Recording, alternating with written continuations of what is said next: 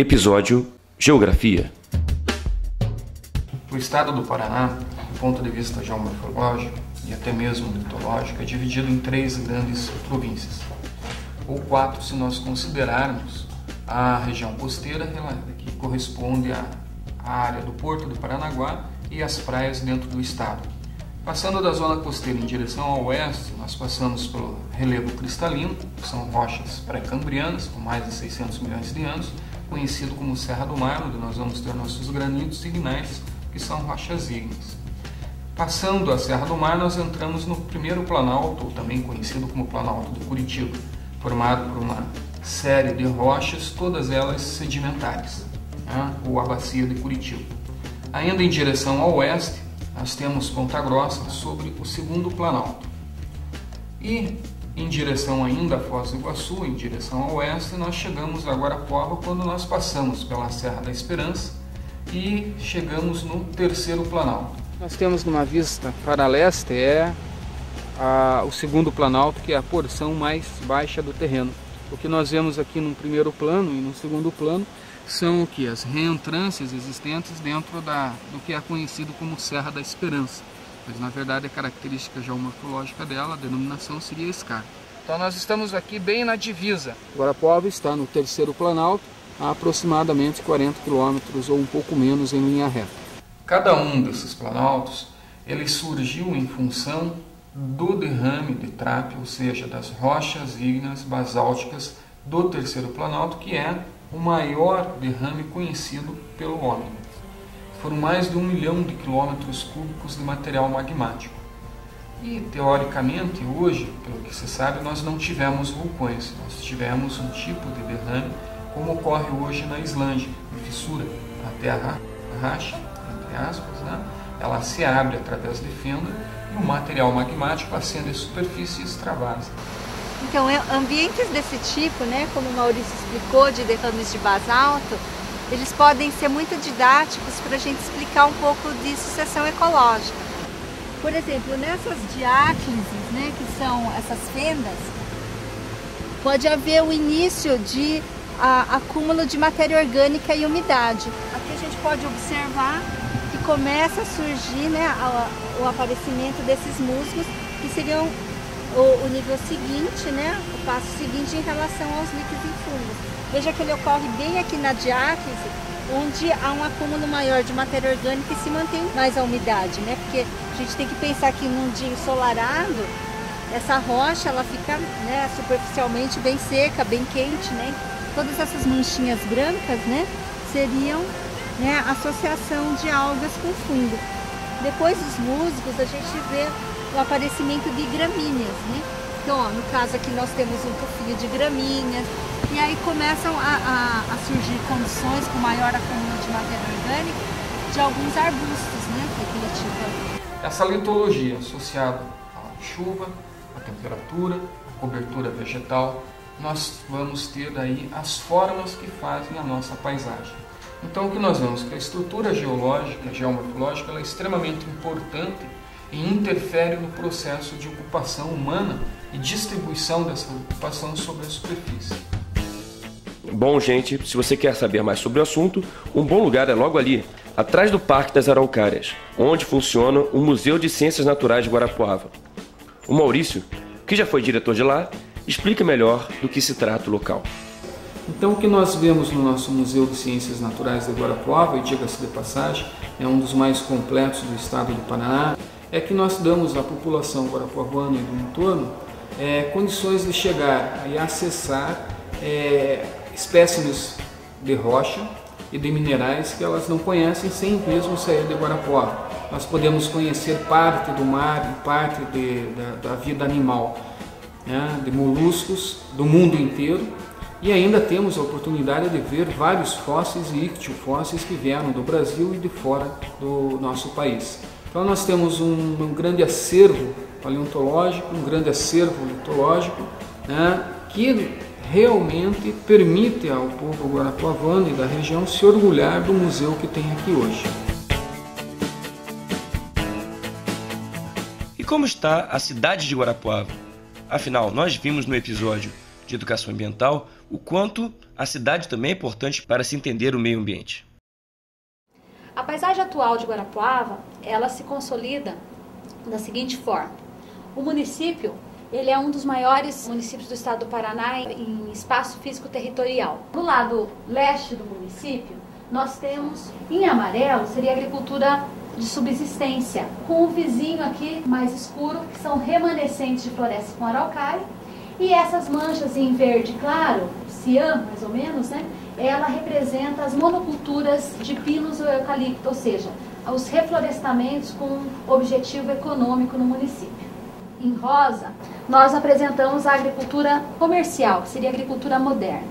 E no centro, essa mancha em cinza, ela representa a sede do município, ou, digamos assim, a sua área urbana, mais definida, mais concentrada, onde está a sede administrativa.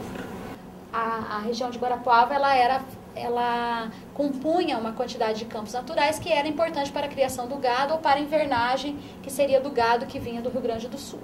Os campos, eles representavam algo em torno de 4 milhões e 100 mil hectares nesta região nossa aqui de Guarapuava. Eles são constituídos por uma vegetação graminoide baixa que se estende sobre um relevo suave ondulado. Por essas características, ele foi praticamente dizimado, foi extinto, podemos assim considerar, ficando pequeníssimos remanescentes como esse onde nós estamos, que só foram preservados porque a condição de solo impediu o avanço da agricultura. Então, em termos de conhecimento, inclusive para as populações locais, o registro desses poucos remanescentes como esse que estamos aqui podendo presenciar são importantíssimos para as futuras gerações. Os campos naturais eram considerados impróprios para a agricultura. Mas isto mudou a partir dos anos 50, com a chegada dos imigrantes suábios a Guarapuava, na região de Entre Rios. Eles trouxeram a tecnologia certa para cultivar nesta terra e transformaram a economia local com as suas monoculturas. A monocultura, ela te dá a possibilidade de você ser mais preciso na tua produção. Ou seja, se você tem uma lavoura que você só produz soja, você consegue otimizar o teu equipamento, você consegue ter funcionários mais treinados especificamente para cuidar daquilo, você consegue ter um maquinário mais específico para cultivar aquilo. Isso que faz com que a monocultura seja hoje uma realidade. Ou seja, no bolso do produtor, no final das contas, você consegue ter maior rentabilidade. Quer que eu fale de novo? Eu falo de novo depois. Mas isso também teve suas consequências ambientais. Na verdade, quando você pensa em agricultura hoje, você esbarra justamente nesse quesito de meio ambiente, de proteção ao meio ambiente. Mas assim, se você for analisar do ponto de vista do produtor, é uma coisa que a gente não tem mais como fugir. Tá? Ao longo dos anos, essas culturas, soja, milho, as próprias culturas de invernos, que são o trigo, cevada, aveia, elas foram ficando suscetíveis a determinadas doenças, e se você hoje não tiver a intervenção de um agrotóxico, você não consegue mais produzir. Uma alternativa, porém, à monocultura é o cultivo de alimentos orgânicos, como comprova Céu Altino, um dos participantes da Feira Agroecológica da Unicentro. A pessoa que vem comprar a nossa feira aqui está levando um produto natural, né? Sem o adubo químico, levando o produto que é bom para o consumo próprio. O produto orgânico hoje, pela pesquisa que tem, ele dá 40% de nutrientes mais do que o convencional. Hoje você acha um bichinho no nosso produto que é a prova que a gente não usa os produtos químicos para combatê-lo. Bichinho? Mas isso não é ruim para comida, para planta? Pela quantidade de produtos que a gente produz, é evidente que nós temos que deixar também para a natureza, que precisa também de ter esses micro-organismos que tem. Se você vai colocar produtos que combatem o bichinho, elimina, você tem um produto melhor de aparência, mas de consumo para a pessoa, é evidente que não é aquele 100% orgânico. Na verdade, a agricultura orgânica ela veio de encontro aos problemas advindos do impacto que causa a atividade a agricultura convencional. Então, problemas de contaminação da água, contaminação do solo com pesticidas e com adubos, fertilizantes químicos, a própria contaminação do trabalhador rural, né? Nós temos ainda muitos casos, apesar da evolução dos produtos, e contaminação do próprio consumidor final. Então a gente não sabe ao longo de 20, 30 anos o que faz isso no organismo do ser humano, né?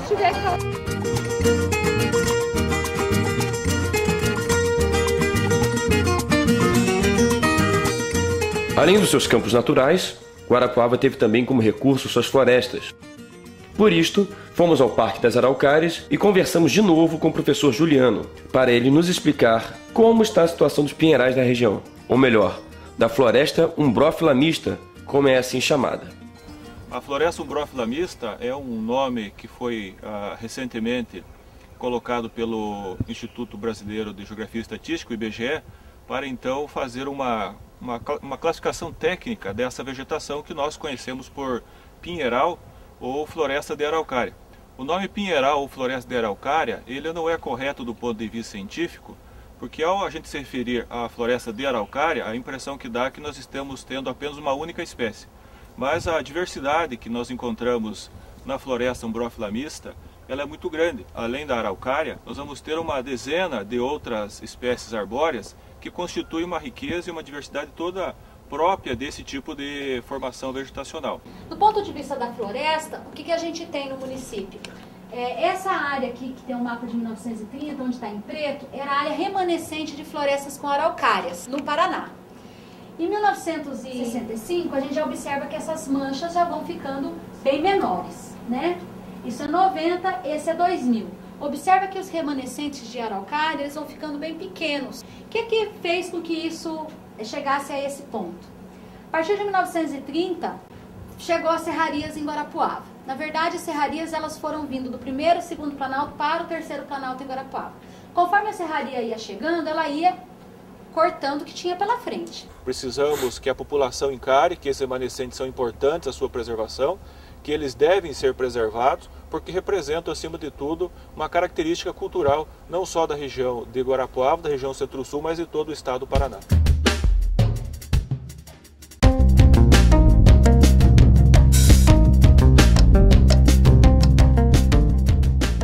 Isso é o crescimento urbano de Guarapuava de 40, 50 e 60, aqui 70 e 80, isso aqui de 90 a 2000. O problema é que o sítio urbano de Guarapuava, ele tem uma forma do relevo, onde você tem um relevo que vai, de certa forma, reduzindo de altitude em direção de leste para oeste. E faz mais ou menos esse V aqui nesse perfil que eu estou mostrando.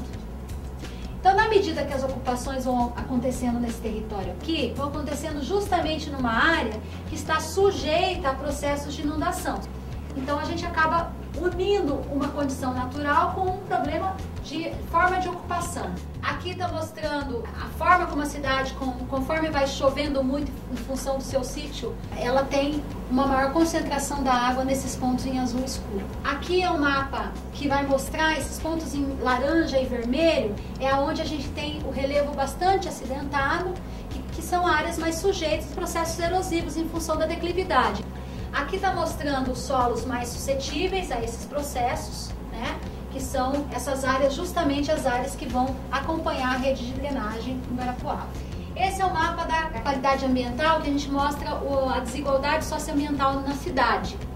Quando a gente observa o mapa com os rios, a gente percebe que as áreas mais escuras, que têm os piores condicionantes ambientais, são justamente próximo dos rios. A gente observa que essas áreas de ocupação também estão acompanhando os rios, o que comprova lá a questão do mapa da desigualdade ambiental. A proporção de renda dentro da cidade de Guarapuava, ela concentra uma população que recebe até 3 salários mínimos. Então a gente tem uma desigualdade de renda muito intensa em Guarapuava.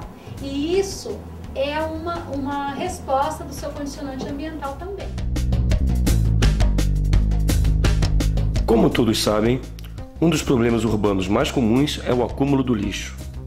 Por isso, falamos com Milton de Lacerda, secretário municipal de Agricultura e Meio Ambiente de Guarapuava, para entender como funciona o lixão e o aterro sanitário da cidade. Esse lixão existe há 40 anos aqui em Guarapuava. Agora, com as balanças, aqui nós temos uma média de 100 toneladas dia que vem de lixo para esse local.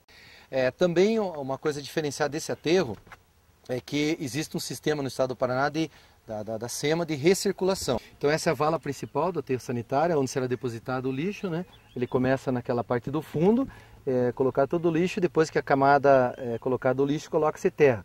Quando chegar numa altura de 3 metros, que são essas chaminés, elas vão aumentando a altura, né? Que são para queima de gases, e as valas principais em formato de espinha de peixe que direcionam o chorume para as lagoas de decantação, que estão lá na parte inferior do aterro.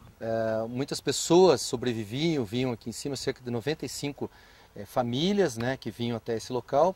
Nós, num trabalho aí de 2 anos, nós conseguimos retirá-las, ou direcionando para a Escola do Trabalho, que hoje existe no Jardim das Américas, né, e muitos tendo que fazer um trabalho mesmo de quase 1 ano, dando cesta básica, para que eles pudessem tentar arrumar um outro tipo de trabalho que não aqui, né. No entanto, nossa equipe encontrou a catadora de lixo, Olivina da Silva Dutra, que nos apresentou a sua versão dos fatos. Nós trabalhávamos lá no lixão, daí do lixão eles tiraram nós de lá, agora estamos na rua aqui. Mas a senhora gostou dessa mudança de vida? Eu não gostei muito, mas o que ele vai fazer, né? Eu não gostei, porque lá eu ganhava, lá dá para me tirar uma boitada de dinheiro e aqui não dá. Aqui eu tenho que batalhar dia por dia e para mim ganhar um pouquinho, né? Não é bastante, porque esse cravo aqui da cidade pesa muito pouquinho, né? Daí...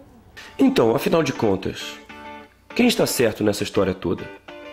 O secretário Milton fez bem em tirar as famílias do lixão, talvez por ser uma área de risco de saúde? Ou Dona Olivina não se importava com isto e preferia ficar lá se sustentando melhor? Quem está com a razão?